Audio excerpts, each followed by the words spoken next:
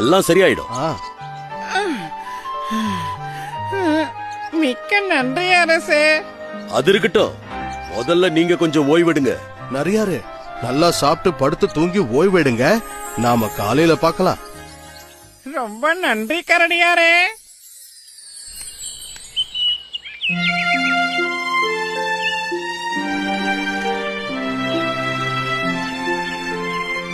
அப்பாடா, சூரிய ஒளி உடல்ல பட்டாலே சுறுசுறுப்பு தான்.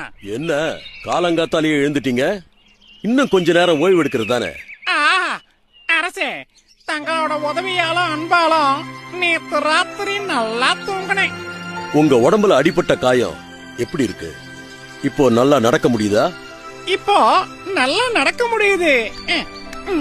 அப்படின்னா வாங்க, வெளியே கொஞ்ச தூரம் காலார நடந்துட்டு வருவோம்.